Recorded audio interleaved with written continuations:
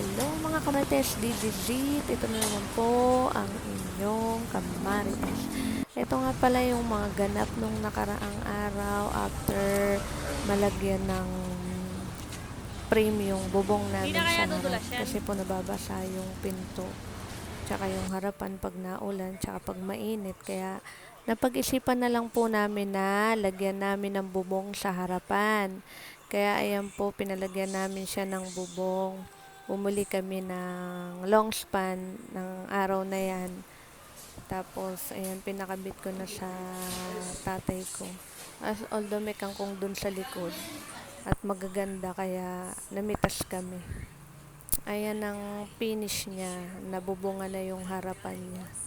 Manifesting sana sa susunod, pagka nakaluwag-luwag, malagyan na namin siya ng grills sa harap para may gate na.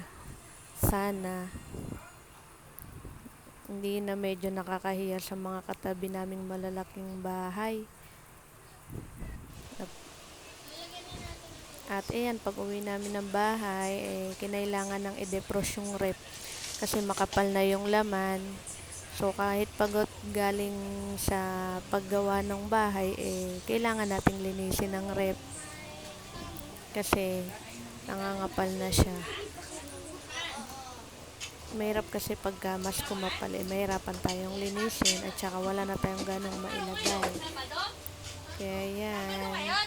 Thank you for watching. Sa susunod na lang po ulit. Bye-bye!